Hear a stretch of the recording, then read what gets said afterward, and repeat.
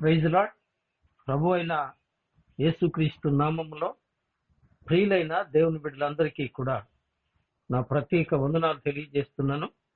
దేవుడు మిమ్మల్ని అందరినీ నిందారుగా ఆశీర్వదించును గాక. పరిశుద్ధ గ్రంథంలోని ప్రత్యక్ష గుడారము గురించి మనం కొన్ని తలంపులు జ్ఞాపకం చేసుకుంటూ వస్తున్నాం. మీకు జ్ఞాపకం ఉందనుకుంటాను. ప్రత్యక్ష గుడారములో నుండి మనం ఒక్కొక్క అంశం జ్ఞాపకం చేస్తూ వస్తున్నాం. ఆవరణములో ఉన్న బలిపీఠము. ఆవరణము ఆయన యొక్క మార్గమైన క్రీస్తును చూపిస్తుంది అనుకున్నాం. బలిపీఠము మన కొరకు సిలువలో బలైపోయిన త్యాగమూర్తి అయిన క్రీస్తును చూపిస్తుంది అనుకున్నాం. ఆ తర్వాత గంగాళము మనలను శుద్ధిపరుచు, మనలను నూతన జన్మములోనికి తీసుకుని వచ్చు యేసుక్రీస్తుగా, మనల్ని పరిశుద్ధపరిచి శుద్ధిపరచు యేసుక్రీస్తుగా మనం చెప్పుకున్నాం. ఇక ఆవరణములో నుండి పరిశుద్ధ స్థలములోనికి ప్రవేశించాం. పరిశుద్ధ స్థలములో దీపము వెలుగుచున్న దీప స్తంభాన్ని, వెలుగైన క్రీస్తును అక్కడ చూశాం. వెలుగైన క్రీస్తు ఆయనతో కలిసి ఉండి వెలిగించబడుతున్నటువంటి ఆయన బిడ్డలైన క్రీస్తు బిడ్డలైనటువంటి విశ్వాసులను గురించి మనం అక్కడ చూశాం. ప్రియులారా, ఆ తరువాత పరిశుద్ధ స్థలములో రెండవ వస్తువైన సముఖపు రొట్టెల బల్లను గురించి మనం గత ధ్యానంలో జ్ఞాపకం చేసుకున్నాం. మీకు జ్ఞాపకం ఉందనుకుంటా. ఇక మూడవదిగా ఈరోజు మనము ధూప వేదికను గురించి ధ్యానము చేయాలి. అందుకొరకై రండి, నిర్గమకాండం 30వ అధ్యాయం. నిర్గమకాండము 30వ అధ్యాయము మొదటి నుంచి నేను చదువుతాను. దయచేసి ఆలకించమని ప్రభు పేరిట నేను జ్ఞాపకం చేస్తున్నాను. మరియు ధూపము వేయుటకు నీవు ఒక వేదికను చేయవలెను, తుమ్మకర్రతో దాన్ని చేయవలెను. దాని పొడుగు 1 మూర, దాని వెడల్పు 1 మూర, అది చచ్చౌకముగా ఉండవలెను. దాని ఎత్తు 2 మూరలు, దాని కొమ్ములు దానితో ఏకాండమై ఉండవలెను. దాని పై భాగమునకును దాని 4 ప్రక్కలకును దాని కొమ్ములకును మేలిమి బంగారు రేకు పొదిగించి దానికి చుట్టూ బంగారు జవను చేయవలెను. దాని జవకు దిగువను దానికి 2 బంగారు ఉంగరములను చేయవలెను. దాని 2 పక్కల యందలి దాని 2 మూలల మీద వాటిని ఉంచవలెను. అవి దాని మోతకర్రలకు స్థలములు. ఆ మోతకర్రలను తుమ్మకర్రతో చేసి వాటికి బంగారు రేకు పొదిగింపవలెను. సాక్ష్యపు మందసమునొద్ద నుండు అడ్డు తెర ఎదుట, అనగా శాసనముల మీది కరుణాపీఠము ఎదుట నీవు దానిని ఉంచవలెను. అక్కడ నేను నిన్ను కలుసుకుందును. అహరోను ప్రతి దినము పొద్దున దాని మీద పరిమళ ద్రవ్యముల ధూపము వేయవలెను. అతడు ప్రదీపములకు చక్కపరుచునప్పుడు దాని మీద ఆ ధూపము వేయవలెను. మరియు సాయంకాలమందు అహరోను ప్రదీపములను వెలిగించినప్పుడు దాని మీద ధూపము వేయవలెను. అది మీ తరతరములకు యెహోవా సన్నిధిని నిత్యమైన ధూపము. మీరు దాని మీద అన్య ధూపమునైనను దహన బలి సంబంధమైన ద్రవ్యములనైనను నైవేద్యమునైనను అర్పింపకూడదు. పానీయమైనను దాని మీద పోయకూడదు. మరియు అహరోను సంవత్సరమునకు ఒకసారి ప్రాయశ్చిత్తమైన పాప పరిహారార్థ బలి రక్తము వలన దాని కొమ్ముల నిమిత్తము ప్రాయశ్చిత్తము చేయవలెను. మీ తరతములకు సంవత్సరమునకు ఒకసారి అతడు దాని నిమిత్తము ప్రాయశ్చిత్తము చేయవలెను. అది యెహోవాకు అతి పరిశుద్ధమైనది. వినరు కదూ? నిర్గమకాండం 30వ అధ్యాయము 1వ వచనం నుండి 10 వచనాలు మనం చదువుకున్నాం. నిర్గమకాండం 30వ అధ్యాయము 1వ వచనం నుండి 10 వచనాలు చదువుకున్నాం. బాగా వినండి. ఇక్కడ ఈ ధూపవేదిక అనేది ఇంగ్లీష్ లో ఆల్టర్ అని ఉంటుంది. ఆల్టర్ అనే పదం వచ్చేటట్టుగా ఉండే వస్తువులు ప్రత్యక్ష గుడారంలో కొన్ని ఉన్నాయి. అవేంటివి అంటే, నంబర్ 1, గుడారమును ఆల్టర్ అనే అంటారు, టాబరాంకల్ అంటారు. ఆ తర్వాత గుడారములో నుండి బలిపీఠమును, దహన బలిపీఠమును, ఇత్తడి బలిపీఠమును ఏమంటారు? ఆల్టర్ ఆఫ్ బర్నింగ్ అంటారు. Altar of burning. ఇక రెండవది ధూపవేదిక. ఈ ధూపవేదికకు ఆ యొక్క దహన బలిపీఠానికి రెంటికి దగ్గర సంబంధాలు ఉన్నాయి. దగ్గర సంబంధాలు కొలతలలో కానీ దానికి పెట్టబడిన పేర్లలో కానీ దగ్గర సంబంధాలు ఉన్నాయి. ఈ యొక్క ధూప వేదికను కూడా ఆల్టర్ అంటారు. ఏమండి? Altar of fragrance. ఏమండి? ధూప వేదిక కదండి. ఆల్టర్ ఆఫ్ ఇన్సెన్స్ అని, ఏమండి, గోల్డెన్ ఆల్టర్ అని కూడా అంటారు. ఇక్కడ ఈ బలిపీఠాన్ని దేనితో చేయాలి అన్నారు అంటే, దీన్ని ఏమండి తుమ్మకర్రతో చేస్తారు.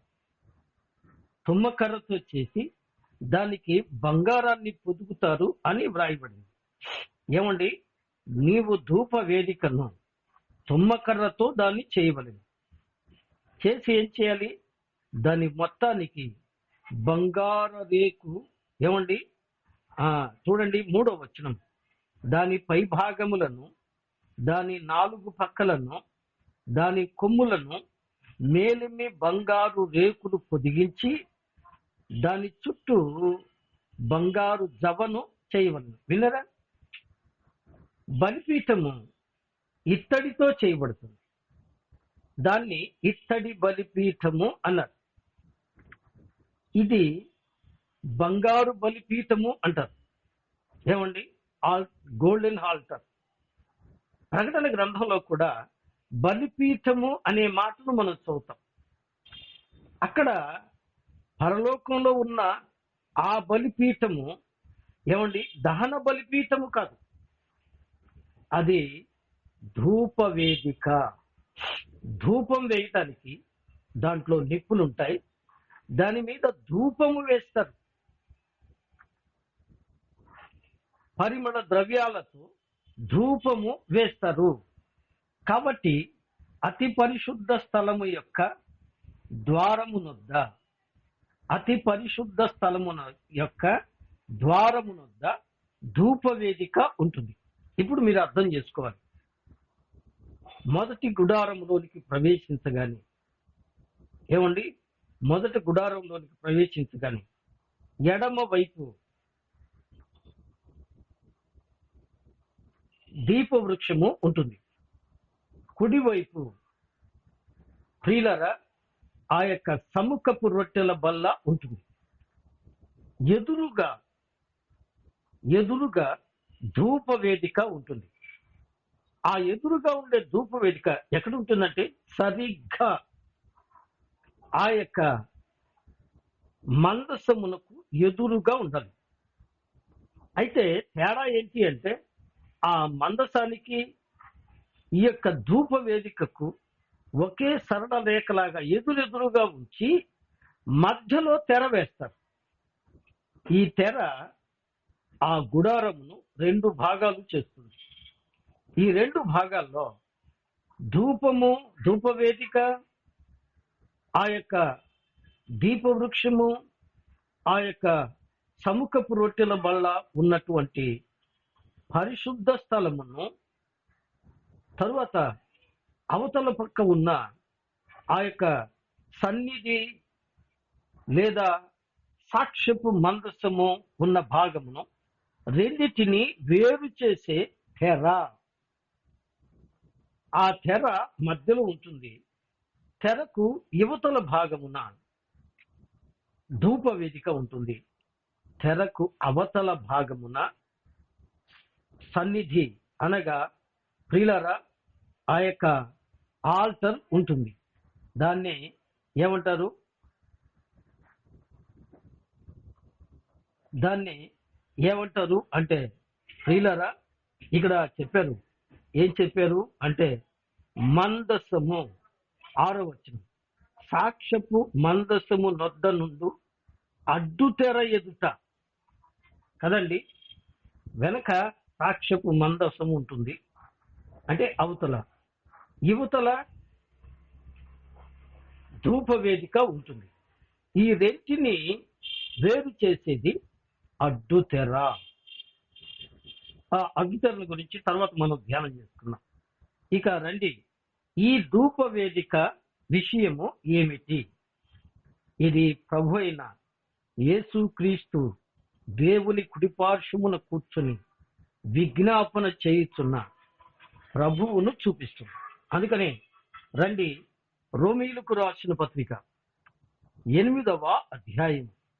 రోమీయులకు రాసిన పత్రిక అండి 8వ అధ్యాయము 34వ వచనాన్ని నేను చదువుతున్నాను.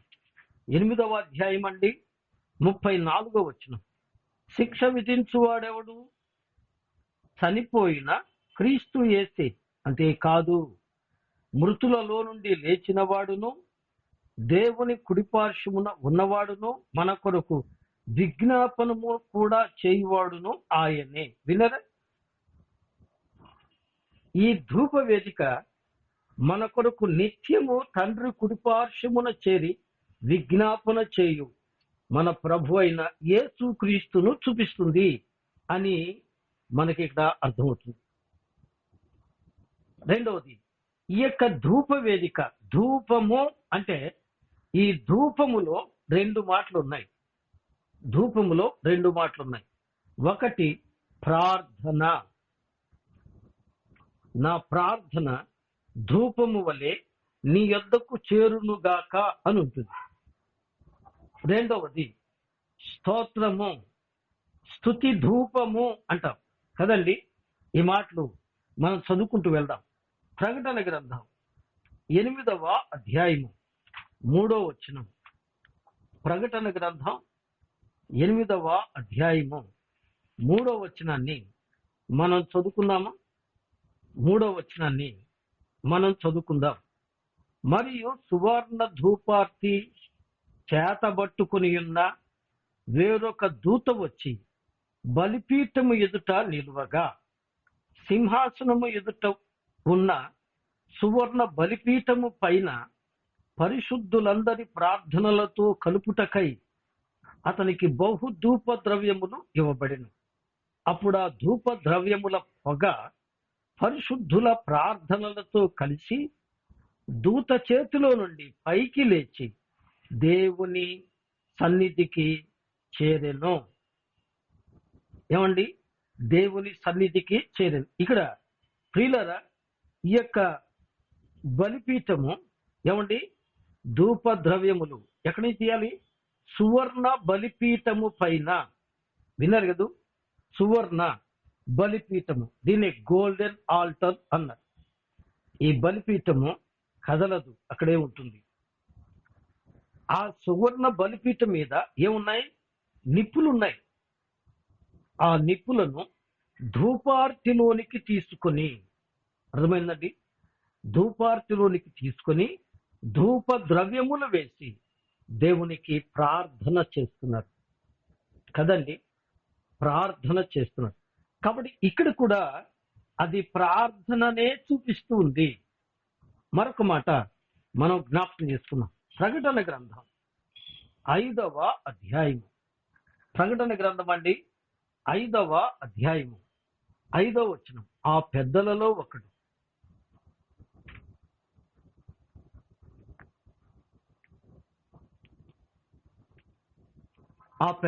ఒకడు ఏడవకము, ఇదిగో దావీదుకు చిగురైన యూదా గోత్రపు సింహము 7 ముద్రలను తీసి ఆ గ్రంథమును విప్పుటకై జయము పొందిన నాతో చెప్పాను. మరియు సింహాసనమునకును ఆ 4 జీవులకును పెద్దలకును మధ్య వధింపబడినట్లుండిన గొర్రెపిల్ల నిలిచి ఉండుట చూచితిని. ఆ గొర్రెపిల్లకు 7 కొమ్ములను 7 కన్నులను ఉండెను. ఆ కన్నులు భూమి అందంతటా పంపబడిన దేవుని 7 ఆత్మలు. ఆయన వచ్చి సింహాసనమునందు ఆసీనుడై ఉండు వాని చేతిలో నుండి ఆ గ్రంథమును తీసుకొనెను. ఆయన దానిని తీసుకొనినప్పుడు ఆ 4 జీవులను, వీణలను, ధూప ద్రవ్యములతో నిండిన సువర్ణ పాత్రలను పట్టుకొని ఉన్న ఆ 24 పెద్దలను గొర్రెపిల్ల ఎదుట సాగిలపడిరి. ఈ పాత్రలు వినరా, ఈ పాత్రలు ఇంగ్లీష్లో దిస్ సెన్సర్, ఈ పాత్రలు పరిశుద్ధుల ప్రార్థనలు. వినరా, పరిశుద్ధుల ప్రార్థనలు. బాగా అర్థం చేసుకోవాలి. ఇక్కడ మరి వ్రాయబడ్డ మాట ప్రకారం సువర్ణ ధూపార్చులు అంటే ధూపము ప్రార్థనకు సూచన. బాగా అర్థం చేసుకోవాలని ప్రభు పేరిట నేను జ్ఞాపకం చేసుకున్నాను. ఇంకో మాట, మరి కీర్తనల గ్రంథం 141వ అధ్యాయం మొదటి వచనాన్ని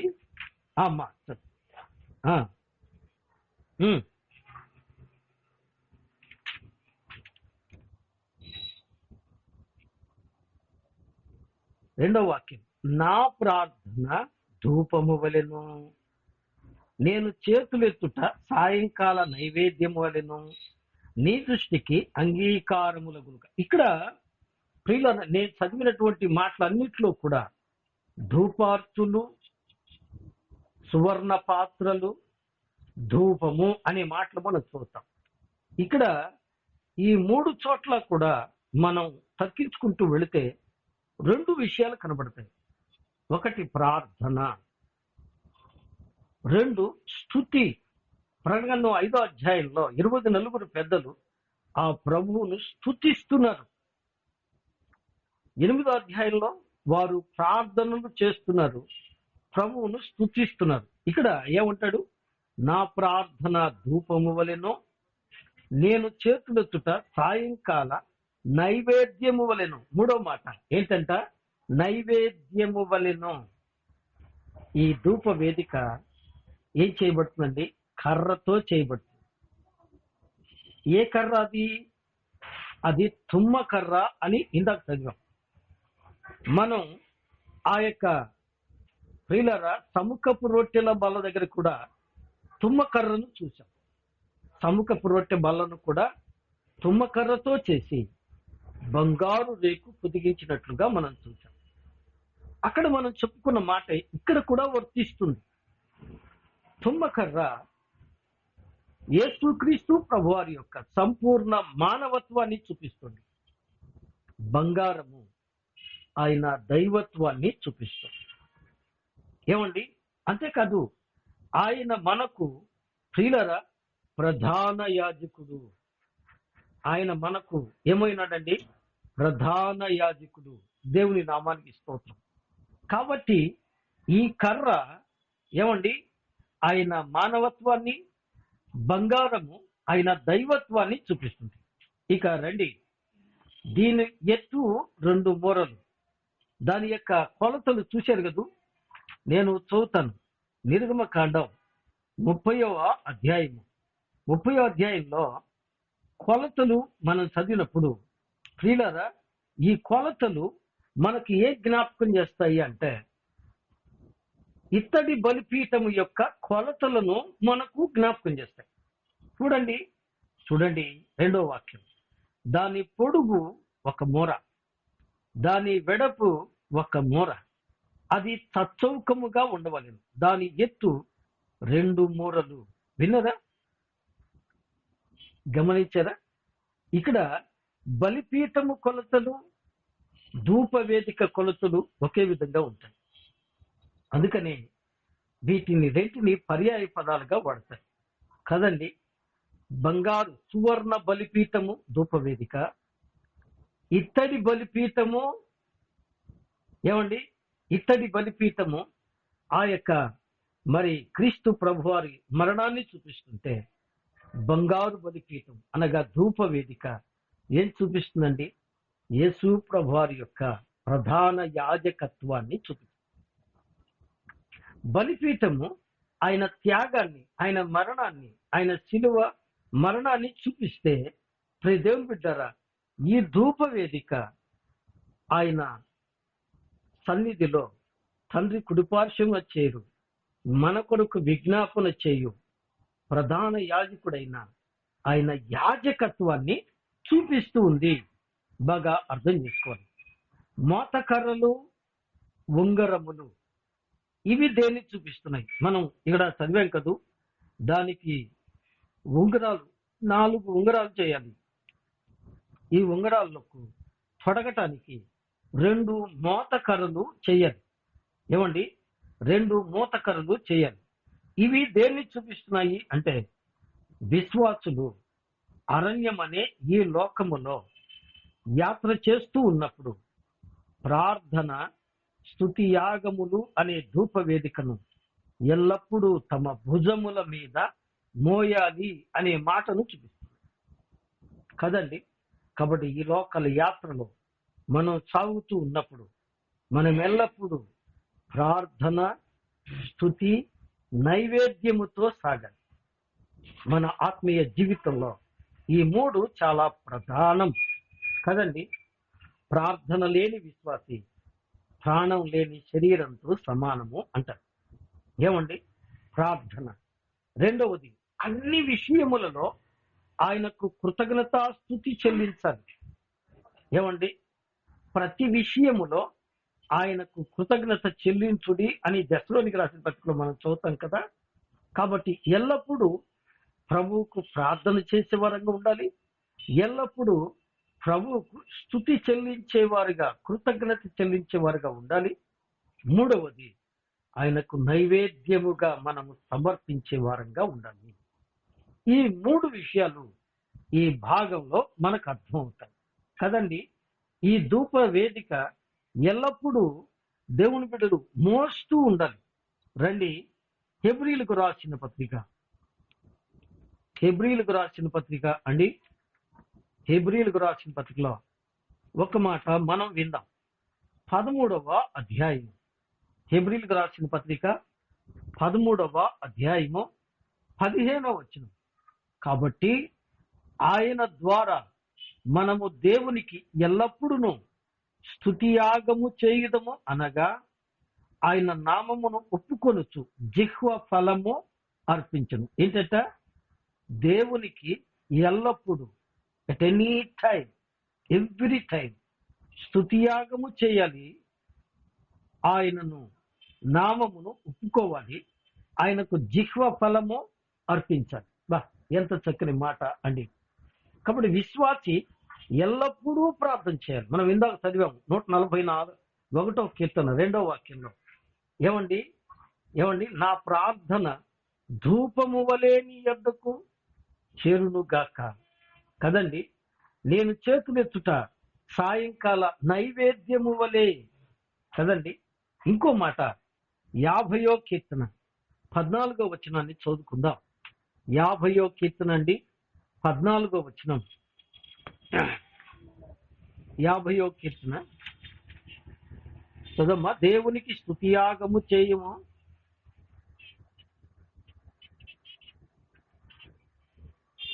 దేవునికి స్తుతియాగము చేయము, మహోన్నతునికి నీ మొక్కుబళ్ళు చెల్లుము. విన్నది ఇక్కడ? స్తుతియాగము చేయము. స్తుతియాగము, స్తుతించుట అనేది ఇది యాగం. ప్రియులారా, దహన బలిపీఠం మీద అనగా ఆ యొక్క ఇత్తడి బలిపీఠం మీద క్రీస్తు ప్రభు తను తాను బలియాగంగా చేసుకున్నాడు. కృతజ్ఞతగా యాజకులు ఏం చేస్తారండి? స్తుతియాగము చెల్లించాలి. ఏమండి, ఆయన చేసిన త్యాగానికి కృతజ్ఞతగా మనం ఏవేయగలం? విరిగి నలిగిన హృదయంతో ఆయనకు కృతజ్ఞత చెల్లించవలసిన వారమై ఉన్నాము. ఇంకో మాట, హెబ్రీ పత్రిక 13వ అధ్యాయం. హెబ్రీ పత్రిక అండి 13వ అధ్యాయం 14వ వచనాన్ని మనం చూద్దాము అండి. హెబ్రీ పత్రిక అండి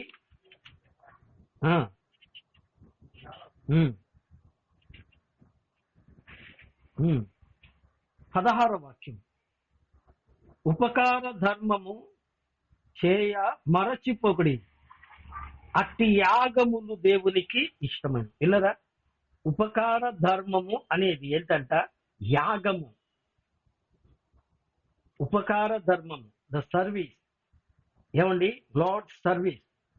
ఏమండి? సేవ చేయడము అనేది ఎవరి పని చెప్పండి? ఏంటన్నా అట్ట అడుగుతావు? చావకుల పని కదంటన్నా. సేవ చేయడానికి వచ్చారు కాబట్టి వాళ్ళు సేవకులు, వాళ్ళు సేవ చేస్తారు, మేము కూర్చుంటాం. అది క్రొత్త నిబంధన లక్షణం కాదు. పాత నిబంధన ప్రకారం యాజకులు దేవుని మందిరములో పరిచర్య చేస్తారు, తప్పులేదు, ఆ మాట సత్యమే. అయితే క్రొత్త నిబంధన ప్రకారం యాజకులు ఎవరు? ఏమండి?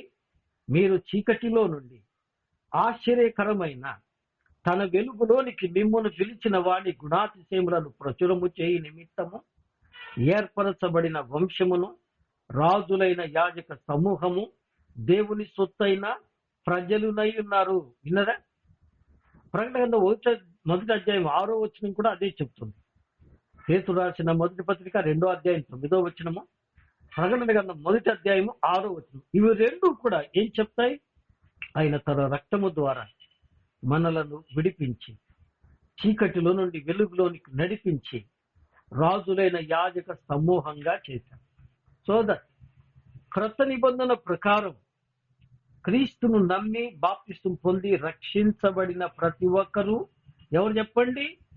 యాజకులే. ఏమండి? యాజకులే. ఇప్పుడు ఇంకో మాట కూడా చూద్దాం. ఫిలిప్పీలకు రాసిన పత్రిక, ఫిలిప్పీలకు రాసిన పత్రిక అండి 2వ అధ్యాయం. ఫిలిప్పీలకు రాసిన పత్రిక అండి 2వ అధ్యాయం 17వ వచనాన్ని మనం చూద్దాం. మరియు మీ విశ్వాస యాగములోను చదవమ్మా, దాని సంబంధమైన సేవలను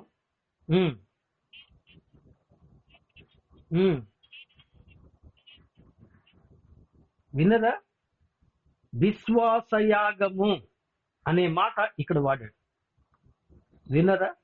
ఇక్కడ మనం చదివిన వచనాలన్నీ కూడా మీరు గమనిస్తే యాగము అనే మాట మనం గమనిస్తాం. కాబట్టి ఈ ధూప వేదిక మనకు నేర్పేది ఏంటంటే ధూపము వేయుట, ప్రార్థన చేయటం, స్తుతి యాగము చెల్లించుట. తర్వాత ఏమండి? 3వ మాట మనం ఏమనుకున్నాం? స్తుతియాగము లేదా స్తోత్రార్పణము చేయుట. ఏమండి? ఆ తర్వాత నైవేద్యముగా 141వ కీర్తన మనం చదివాం. నైవేద్యముగా, స్తుతియాగము, నైవేద్యము కదండి. ఈ మూడు కూడా ఈ ధూప వేదిక మీద కనిపిస్తాయి. ఇక రండి, ఇక్కడ బలిపీఠం మీద ఏమండి మోతకర్రలను, ఉంగరాలను చూచాం. మోతకర్రలను, ఉంగరాలు. ఈ బలిపీఠానికి 4 కొమ్ములు ఉంటాయని కూడా మనం చదివాం. మీకు జ్ఞాపకం ఉందా? ఆ మాట మరలా మీకు జ్ఞాపకం చేస్తాను. నిర్గమకాండం 30వ అధ్యాయం. నిర్గమకాండం అండి 30వ అధ్యాయం. 30వ అధ్యాయంలో ఇక్కడ ఆ బలిపీఠానికి కొమ్ములు కూడా చేయాలి అన్నట్టు. దానికి ఏముండాలంట? 2వ వచనంలో దాని పొడుగు 1 మూర, వెడల్పు 1 మూర, అది చచ్చౌకముగా ఉండాలి. దాని ఎత్తు 2 మూరలు, దాని కొమ్ములు దానికి ఏకాండముగా ఉండాలి. బాగా గమనించారు కదా. బలిపీఠానికి కూడా కొమ్ములు ఉంటాయి. బలిపీఠపు కొమ్ములు ఎట్లుంటాయి అనుకున్నాం? ఇలా ఉంటాయి. అంటే అనేకులను తన యొద్దకు రమ్మని పిలుస్తూ ఉంటాయి. ఇవి ఎలా ఉంటాయట? సచ్చౌకముగా, సమానము కదండి. ఈ 4 కొమ్ములు సమానంగా ఉంటాయి. అది దహన బలిపీఠం దగ్గర చెప్పుకున్నాం.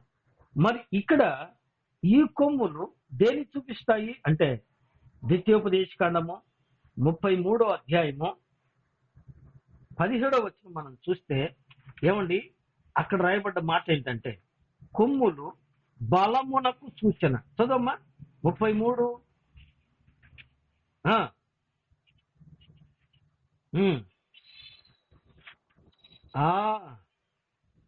చదవమ్మా.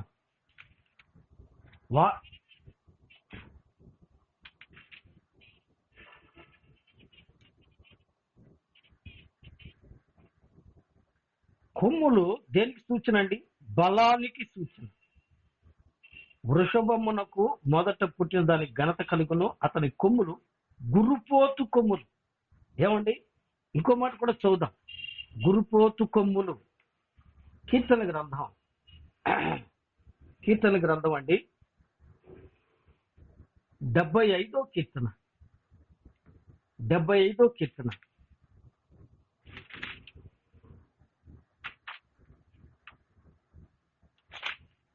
కీర్తనల గ్రంథం రండి 75వ కీర్తన దగ్గరకు వద్దాం.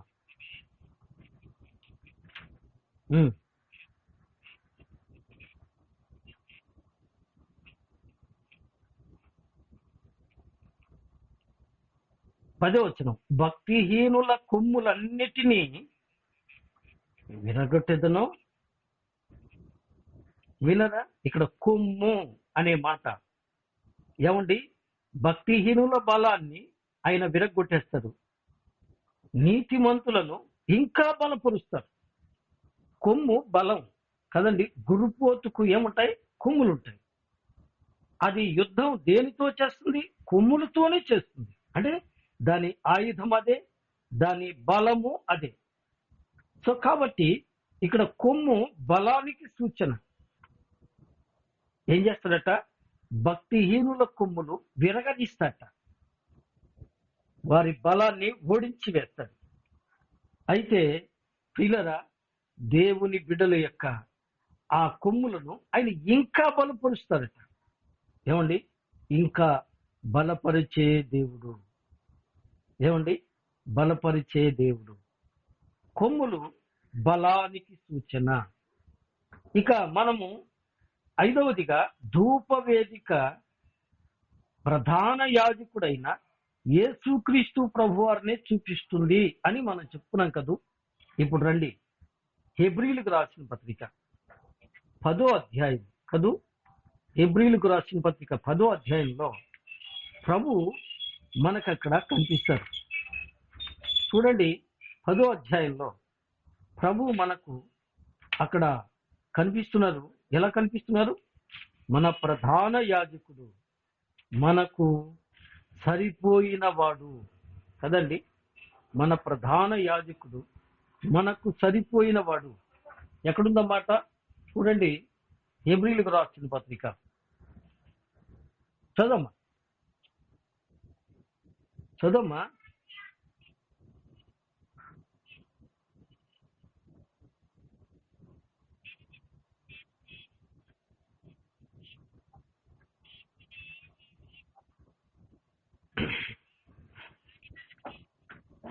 చాలమ్మా. ఇక్కడ చూడండి, మనం ఇంకా వివరంగా చెప్పుకోవడానికి 19వ వచనం.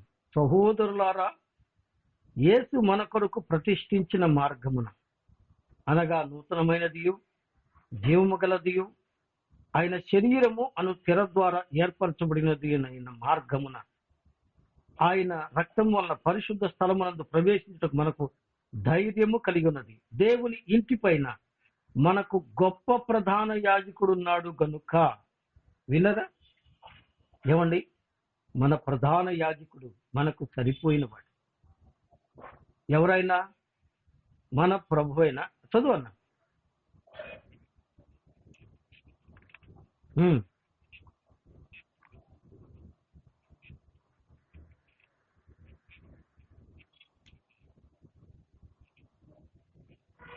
ఎస్, ఈ యొక్క ధూప వేదిక యేసు ప్రభు వారి యొక్క యాజకత్వాన్ని చూపిస్తుంది.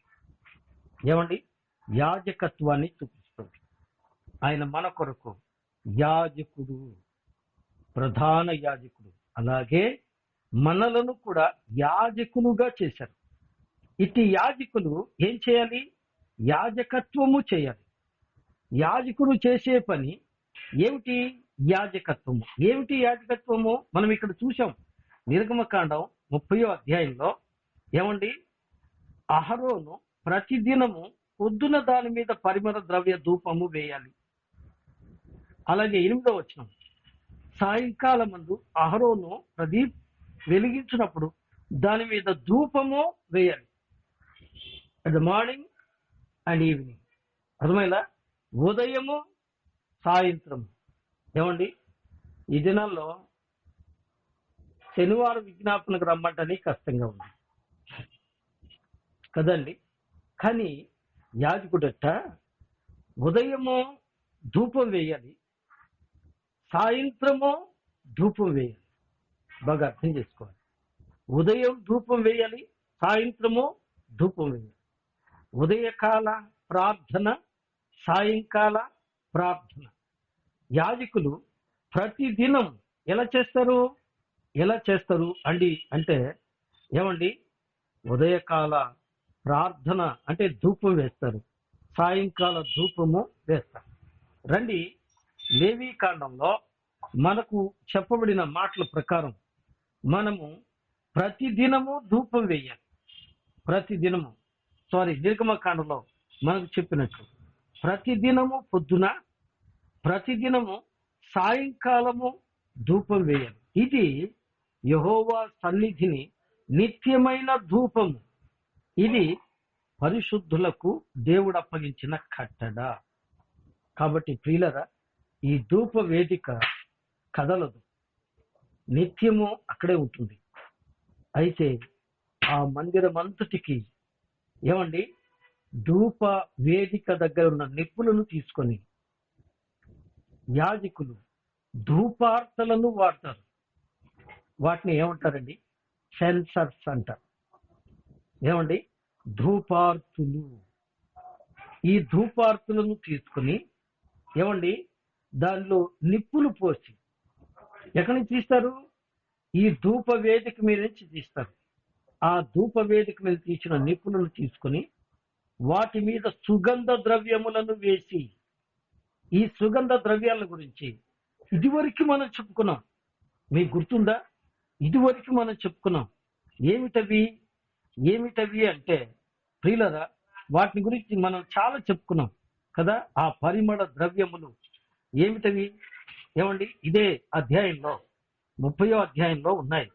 30వ అధ్యాయంలో 23వ వాక్యం, పరిశుద్ధుల సంబంధమైన తులము చొప్పున అచ్చమైన గోపరసము, ఏమండి లవంగ పట్ట, ఏమండి నిమ్మగడ్డి, ఏమండి ఒలీవ నూనె, ఇవన్నీ తీసుకొని ప్రతిష్టాభిషేక తైలమో చేస్తారు. ఇంకా రండి, మనం ఇంకా చూస్తే 34, 35 మరియు యెహోవా మోషేతో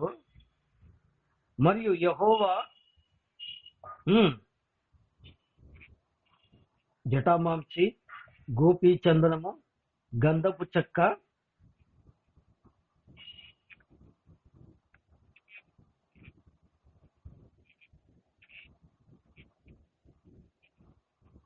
వినరా?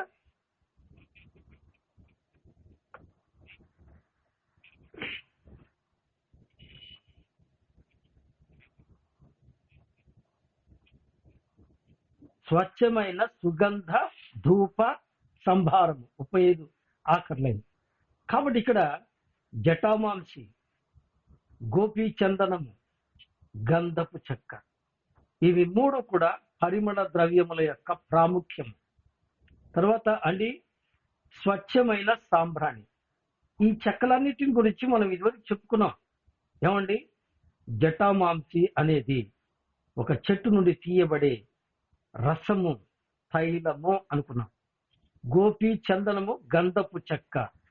చెక్కలను చెట్లను కొట్టి వాటిని ముక్కలు చేసి వాటిని నలుగబుట్టి తీసినటువంటి పౌడర్ కదండి, నిజమే. తరువాత సాంబ్రాణి. వీటి ప్రాముఖ్యత మనం ఇదివరకు చెప్పుకున్నాం. జటామాంసి ఆ చెట్టును నలపగా వచ్చిన రసం. సిలువలో క్రీస్తు ప్రభు నలుగగొట్టబడిగా వచ్చిన రసము ఆయన రక్తం. గోపీ చందనము, గంధపు చెక్క అవి నలపబడుతూ ఉండగా, విరగగొడుతూ ఉండగా దానిలో నుంచి వచ్చిన ఆ పౌడర్, ఆ సువాసన క్రీస్తు ప్రభు శిలువలో పొందిన ఆ యొక్క శిలువ శ్రమలను ఇది చూపిస్తుంది. ఇక సాంబ్రాణి ఆయన శ్రమలను చూపిస్తుంది అని చెప్పుకున్నాం కదా.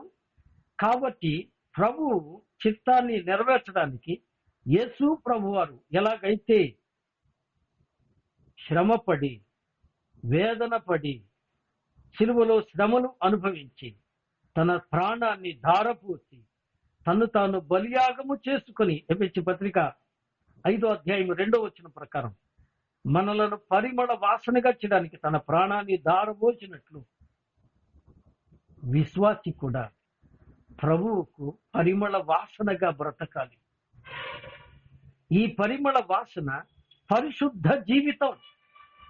ఈ పరిమళ వాసన పరిశుద్ధ సాక్ష్యం.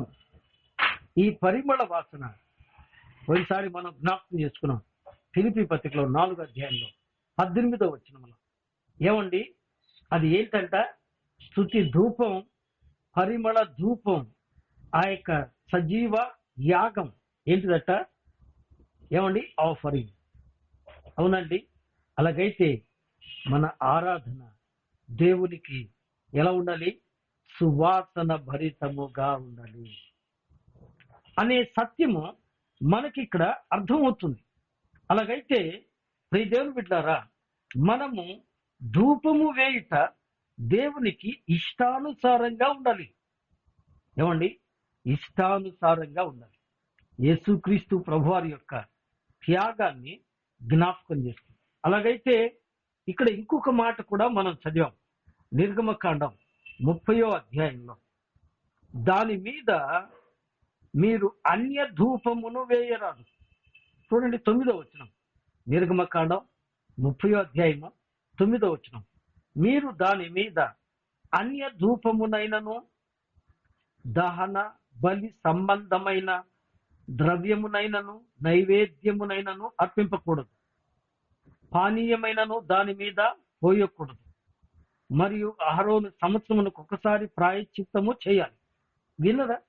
ఇక్కడ నాకు దేవుడు చూపించిన మాట అన్య ధూపము. ఈ మాట చదివినప్పుడు మనకు 2 విషయాలు జ్ఞాపకానికి వస్తాయి. ఒకటి, ధూపము అర్హులు మాత్రమే వేయాలి. అర్థమవుతుందండి? అర్హులు మాత్రమే వేయాలి, మొదటి మాట. రెండవది, దైవ చిత్తానుసారమైన ధూపమే వేయాలి. ఈ 2 మాటలు మీకు అర్థమయ్యేటట్టుగా చెప్తానండి. మీకు అర్థమయ్యేటట్టుగా మొదటిగా ఒక మాట చదవండి. 2 దినవృత్తాంతముల గ్రంథం 26వ అధ్యాయము 16వ వాక్యం. 2 దినవృత్తాంతముల గ్రంథం 26వ అధ్యాయము 16.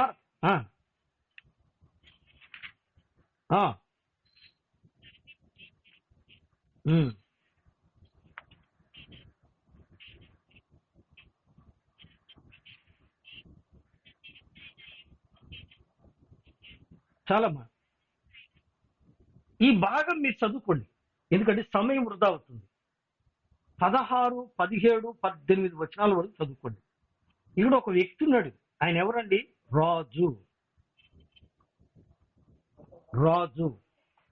ఈయన రాజు యుద్ధాలు చేసేవాడు, పరిపాలన చేసేవాడు.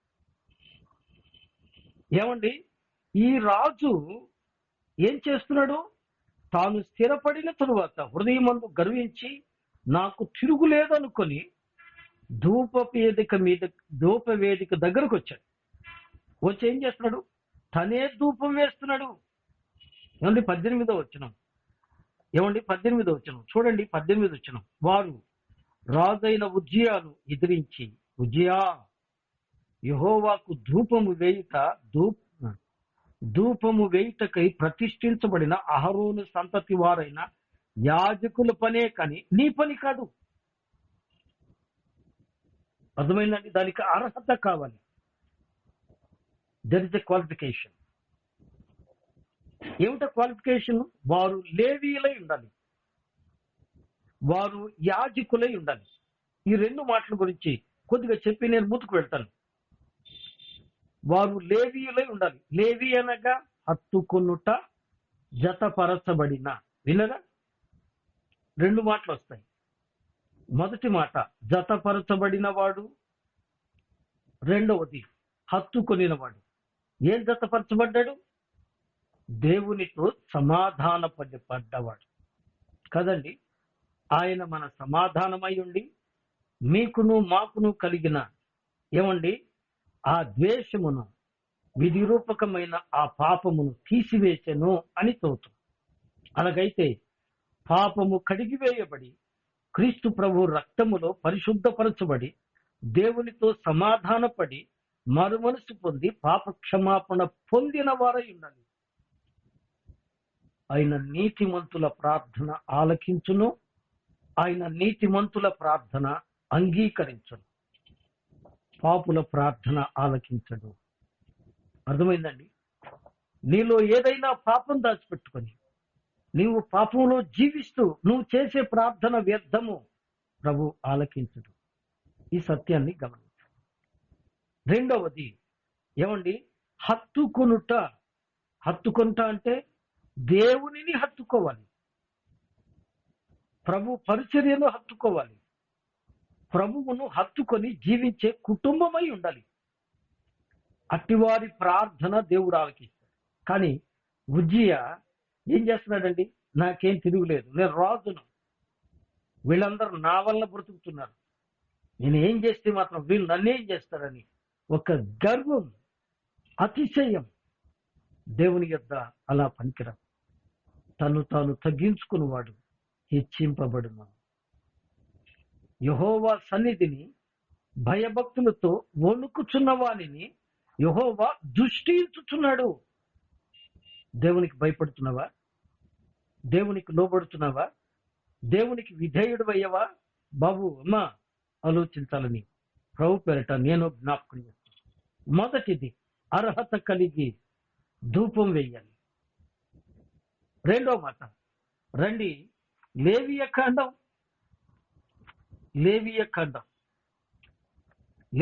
దగ్గరికి వద్దాం. ఈ మాటలు చెప్పి నేను ముగింపులోకి వస్తాను. లేవి కాండ గ్రంథం 10వ అధ్యాయము మొదటి నుంచి చదువుతున్నాను. చూడండి, లేవి కాండం 10వ అధ్యాయం మొదటి వచనం. అహరోను కుమారులైన నాదాబు, అబీహులు తమ ధూపార్తులను తీసుకుని వాటిలో నిప్పులుంచి వాటి మీద ధూప ద్రవ్యములు వేసి యెహోవా తమకు ఆజ్ఞాపించని వేరొక అగ్ని ఆయన సన్నిధికి తేగా. వినరా? నిర్గమకాండంలో మనం ఏం చదివాం? అన్యాగ్ని. ఏమండి? అన్యాగ్ని. ఏమండి? దేవుని సన్నిధిలో అన్య ధూపము. ఇక్కడ మనం నేర్చుకోవాల్సిన పాఠాలు చాలా ఉన్నాయి. కొద్ది పత్రికలో అంటున్నాడు, విశ్వాసికి అవిశ్వాసితో పాలెక్కడ, క్రీస్తుకు బెలియాలితో ఏమి పొత్తు, విగ్రహముతో ఏమి సాంగత్యము, లోకంలో పాలు పొందుతూ. నేను ఇదివరకే చెప్పాను, ఒక పెద్ద ఎంపీ గారు ఎట్ ద టైం నేను ఆయన చూసినప్పుడు, ఆయన ఆల్రెడీ ఎంపీ గారు, ఏమండి, పార్లమెంటు మెంబర్గా ఉన్నాడు ప్రజెంట్. ఇప్పుడు కాదురండి, ఆయన పుట్టు క్రైస్తవుడు. ఆయన ఒక మీటింగ్ లో సేవకులు పిలిచి సేవకులకు పాఠం నేర్పుతున్నాడు, సేవకులకి వాక్యం బోధిస్తూ ఉన్నాడు.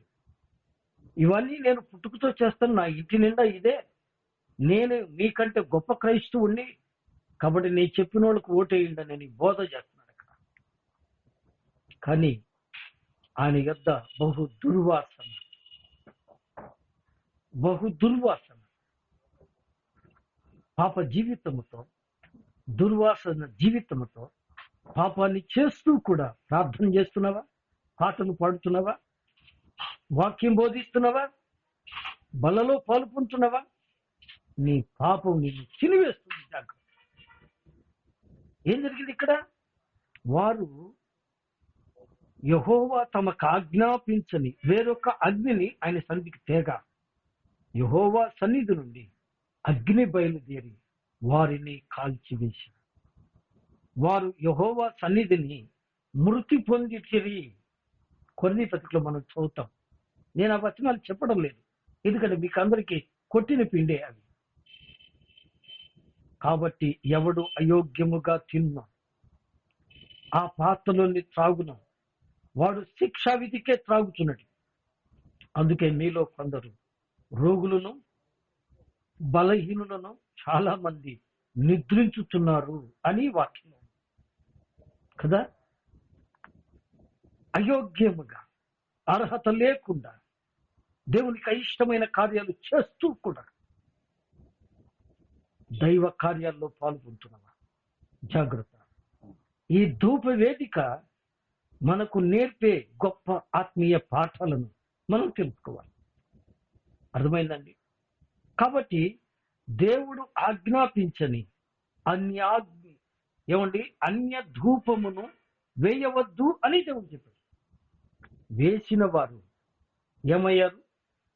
2వ దినవృత్తాంతములు 26వ అధ్యాయము 16 నుండి 20 వరకు చదివితే ఉజ్జియాకు ఏమొచ్చిందండి? తెల్లని కుష్ఠము వచ్చింది. నీ బలం, నీ ధనం, నీ గర్వం, నీ అతిశయం, జాగ్రత్త. దేవుని యొద్ద పనికిరా. నీవు తగ్గించుకొని నీ పాపాన్ని ఒప్పుకొని విడిచిపెట్టి ప్రభు సన్నిధికి రా. దేవుడు నిన్ను హెచ్చిస్తాడు. మా బాబు ఆలోచించండి. 2వది, దేవుని సేవలో ఉన్నటువంటి అహరోను కుమారులు ఏం చేశారండి? యెహోవా తమకు ఆజ్ఞాపించని అన్యాగ్నిని వారు ఎంత క్రూరంగా ప్రవర్తించారండి. అన్యాగ్నిని అంటే అన్యమైన ఆచారాలతో ఉన్న వారితో సాంగత్యము చేయిస్తూ, చాలా వివరంగా మనం చెప్పుకోవచ్చు, వారు ఇష్టానుసారంగా ప్రవర్తించారు. సమూయేలు కాలంలో కూడా ఏలీ కుమారులు అలాగే ప్రవర్తించారు కదా. వారు ధూపం వేశారు, వారు యాజకత్వం చేశారు. ఇన్ని చేస్తూ వారు ఏం చేస్తున్నారు? దేవాలయమునకు వచ్చిన స్త్రీలను అపవిత్రం చేశారు. దేవునికి అర్పించు అర్పణ దేవునికి కాదు, తమకే అని తమను తాము హెచ్చించుకున్నారు. ఫలితంగా వారు ఏమైపోయారు? ఈ పూట వాక్యం వింటున్న ప్రియ స్నేహితుల సోదరు, ఈ ధూప వేదిక పవిత్రమైన ప్రార్థనా జీవితం, పవిత్రమైన స్తుతి యాగమును, పవిత్రమైన నైవేద్యమును దేవునికి ఇవ్వాలి అని మనకు నేర్పుతుంది. అలాగైతే ఈ బంగారు బలిపీఠం ఆరాధనను చూపిస్తుంది. దీపవృక్షం, దేవుడు వెలుగై ఉన్నాడు, మనల్ని వెలుగుగా చేశాడు. ఆ వెలుగై ఉన్న వాక్యమును చేతపట్టుకొని, జీవవాక్యమును చేతపట్టుకొని జ్యోతుల వలె ఉండాలి అని మనం నేర్చుకున్నాం. జ్యోతులాగా ఉన్నామా? లోకానికి వెలుగులాగా ఉన్నామా? సముఖపు రొట్టెల బల్ల ప్రభు త్యాగాన్ని, మనం ఆయనకు చూపించే త్యాగపూరిత ఆరాధనను చూపిస్తుంది. ధూప వేదిక మనల్ని మనం దేవునికి సమర్పించుకుంటాం. ఇప్పుడు రండి, రోమీయులకు రాసిన పత్రిక 12వ అధ్యాయం కదూ, చదువుతారా? మొదటి నుంచి రోమీయులకు రాసిన పత్రిక ఆ, ఉమ్, ఉమ్. సమర్పించుకొనుడి దేవుని వాత్సల్యం చున్నాను. చాలండి. ఏంటంట, ఇట్టి సేవ మీకు యుక్తమైనది. ఎట్టి సేవ చెప్పండి? ఎట్టి సేవ? సజీవ యాగముగా నీ శరీరములను దేవునికి సమర్పించుకోవాలి. నీ శరీరాన్ని, నీ మనస్సును పాపానికి అప్పగించుకుని, నీ మనసులో దేవుని కంటే ధనానికి, సంపాదనకు ప్రాధాన్యతనిచ్చి ఆరాధన చేస్తే ప్రయోజనం అంటారా? ప్రార్థన చేస్తే ఉపయోగం అంటారా? మీ హృదయములు ఒకవేళ తిండి వలన, మత్తు వలన, ఐహిక విచారం వలన మందంగా ఉంటే తీర్పు వస్తుంది, జాగ్రత్త. ఎవడైనా దీపం వెలిగించి కంచం కింద, కొంచెం కింద, మంచం కింద పెట్టడు, చాటు చోటును కూడా పెట్టడు. కంచం అంటే భోజనం, మంచం అంటే విశ్రాంతి, కొంచెం అంటే కొలత, సంపాదన, చాటు చోటు అంటే దేవునికి దాక్కోవటం. దేవుని యొద్దకు రాలేరు, దేవుని పరిచర్యకు రాలేరు, దేవుని యొద్ద నిలవలేరు, ఆచారంగా అలవాటుగా జీవిస్తారు. అలా ఉన్నావా బాబు, అమ్మ? అలా ఉన్నావా? జాగ్రత్త.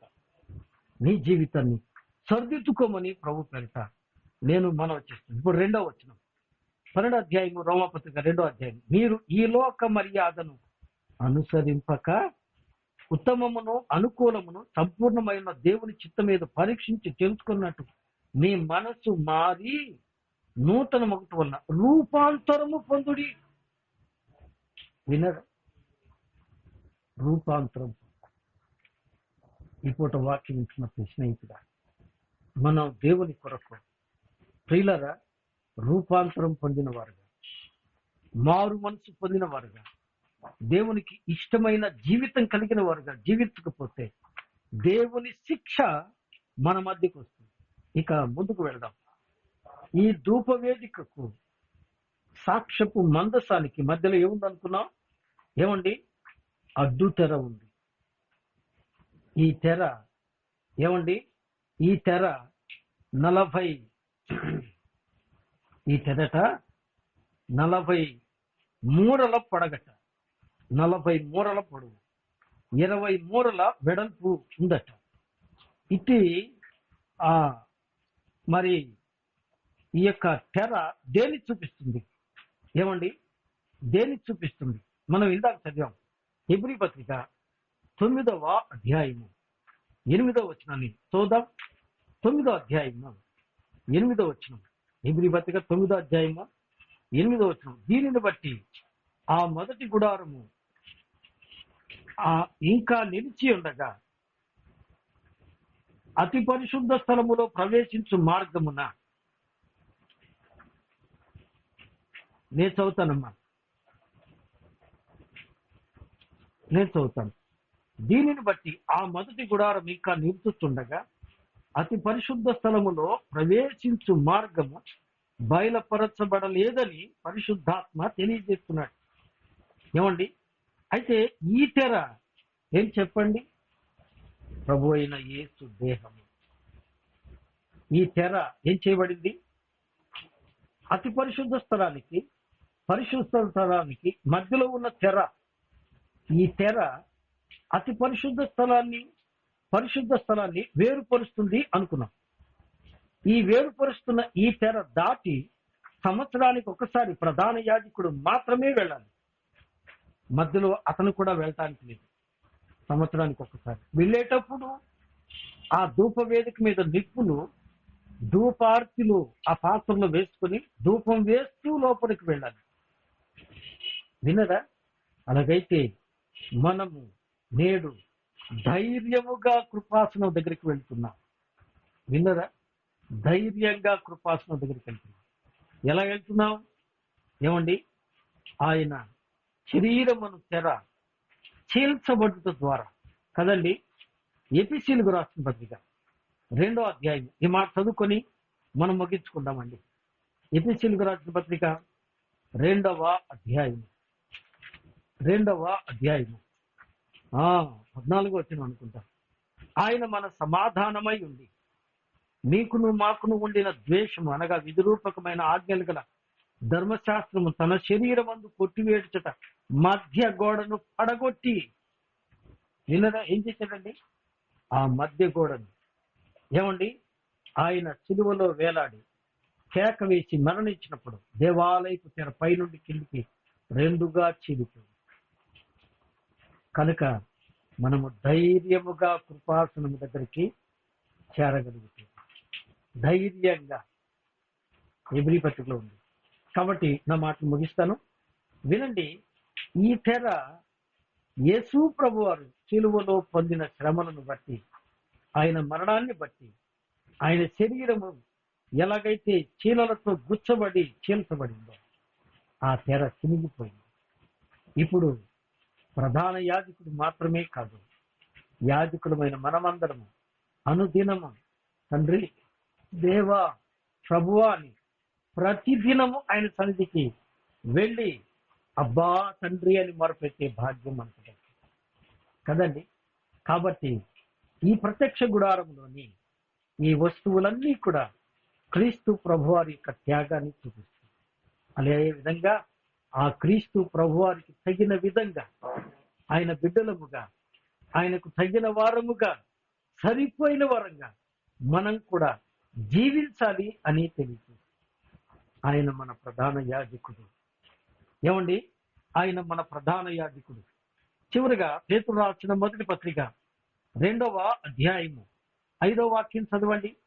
పేతురు రాసిన మొదటి పత్రిక 2వ అధ్యాయము 5వ వాక్యం. 2వ అధ్యాయము.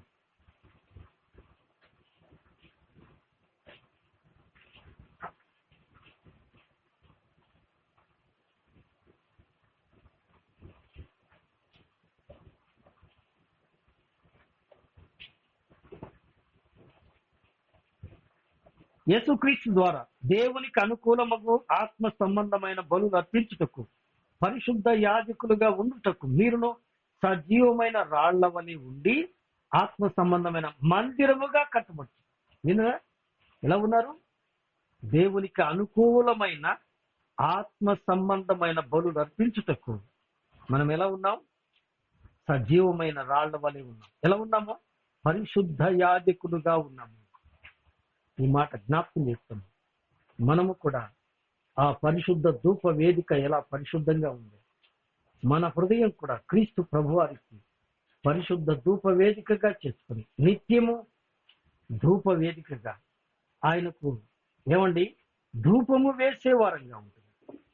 ప్రార్థన ధూపం, ఏమండి చేతులెత్తుట నైవేద్యం, సజీవ యాగముగా మనల్ని మనం ఆయనకు ఏమండి నైవేద్యముగా సమర్పించుకునే విధంగా మనం ఉండాలని ప్రభు పేరిట మనవి చేస్తూ మాటలు ముగిస్తున్నాను. ప్రభు చిత్తమైతే మరి వచ్చే వారం సాక్ష్యం మందసాల గురించి కొద్ది మాటలు మాత్రం జ్ఞాపకం చేస్తున్నాం. మనం ఇదివరకు చెప్పుకున్నాం. మరొకసారి ఆ భాగాన్ని గురించి చెప్పుకొని దేవుని ఆశీర్వాదాన్ని పొందుదాం. దేవుడి మాటలను దీవించును గాక. ఆమేన్.